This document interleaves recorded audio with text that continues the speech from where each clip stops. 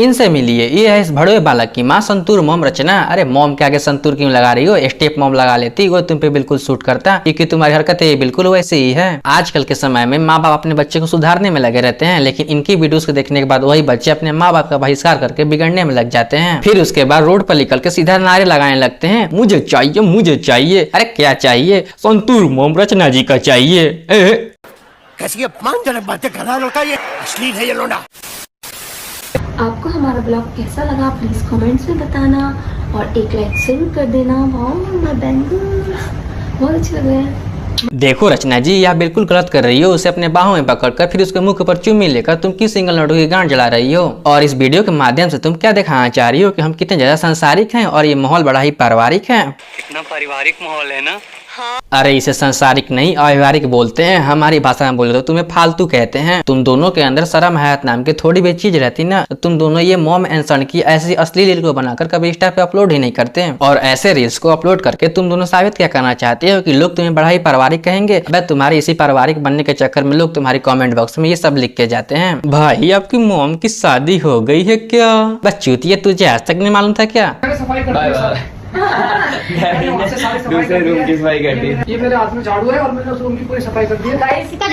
झाड़ू आपने first time हाथ में लिया, अब तो लक्ष्मी आ जाएगी हमारे घर। देख देख देख, ये अंकल क्या आते हैं कैसे एक दूसरे से 1 फीट दूर नहीं बल्कि 100 फीट दूर हो जाते हैं। अभी तुरंत 2 सेकंड पहले ये आपस में चिपका चिपकी का खेल खेल रहे होते हैं, लेकिन अंकल क्या आते जैसा लगता है इनके सांप सुन गया हो। ये उनको देखकर हक्के बक्के रह जाते हैं। अंकल जी मुझे तो लगता है ये दोनों आपको सिर्फ चूतिया ही बनाते हैं, तभी तो आपसे पूरे रूम की सफाई करवाते हैं। बताओ ये कैसी बात हुई। ये दोनों माँ बेटे आपस में मिलजुल कर बनाते हैं रोमांटिक रील्स, और बेचारे अंकल जी से लगवाते हैं अपने घर में झाड़ू और पोछा। शर्म करो, भगवान से डरो, भोसड़ी वालों भगवान से डरो। एक टाइम के लिए दुनिया भले ही इधर उधर हो सकती है, लेकिन रचना जी अपने बेटे को पप्पी लेना किसी वीडियो में नहीं भूल सकती हैं, क्योंकि ये इनका सदियों से चला परंपरा जो आ रहा है और इनके बुजुर्गों ने इनको यही तो सिखाया है। शादी हुई है जब से। Thank you, same to you. Thank you.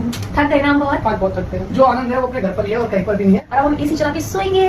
हुआ हुआ हुआ, क्या गाना है, शादी हुई है जब से। अरे अंकल जी थोड़ा और गाना गा लेते, मुझे तो लगा तुम अपने गाने से आज पूरा पब्लिक का मूड बना लेते, लेकिन तुम तो आधा अधूरा गाकर पूरा दिमाग ही खराब कर देते हो। तुम्हें जब मालूम ही था कि आज हमारा शादी का साल गिरा है, तो कुछ देर बाद ही सही रचना जी को हैप्पी एनिवर्सरी बोल के रोमांस कर लिए रहते। ये सब काम इस भणु लड़की के सामने करने की क्या जरूरत थी। बताओ वो भी क्या सोच रहा होगा, कितना भणुआ है ये बुढ़ा। तुम्हारी इन्हीं सब हरकतों की वजह से वो 8 साल से सीधा 18 साल का हो गया, फिर उसके बाद भणुआ बन गया। देखो इसके बिगड़ने में आधी गलती तो इसके माँ बाप की है। ये इसके सामने ऐसी अश्लील हरकतें न करते तो ये इतना बड़ा हौसी न बनता। और आज तुम सब देख ही सकते हो कि हौसी बनने का नतीजा क्या निकल के आ रहा है। अंधेरे ये सबसे गालियां थोड़ी न खाते फिर रहा है। और अंकल जी बात तो आपने बिल्कुल सही कही है, जो आनंद अपने घर में है वो और कहीं नहीं है। घर में जब एसी हो और लाइफ थोड़ी रेसी हो और इतनी सेक्सी लेडी हो, फिर क्या है।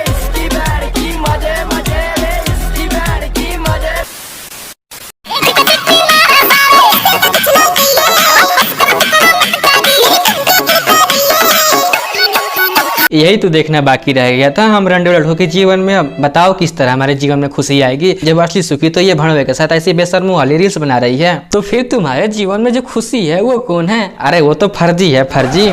कभी किसी ने माँ और बेटे की ऐसी जोड़ी को देखी है जो अपने खुद के बेटे के सामने दाएं और बाएं कमर हिलाए और नोरा फतेही की स्टाइल में नाच दिखाए। नहीं। अरे रचना जी आप चाहे जितना कोशिश कर लो, नोरा फतेही को पीछे नहीं छोड़ पाओगी, रहोगी तो संतूर मोम रचना ही। लेकिन तुम्हारे ठुमके को देखकर गिनने में हमारा क्या फायदा। ऐसा थोड़ी ना कि तुम सिंगल नोट को कुछ दे दोगी, एक एक सेल्फी। कुछ गलत मत समझना, वरना इंसान का दिमाग निगेटिव बातों की ओर बहुत जल्द आकर्षित होता है।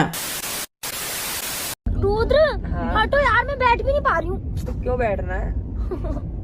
ले मैं तेरे ऊपर। ओए मेरे ऊपर मत लेटो भाई।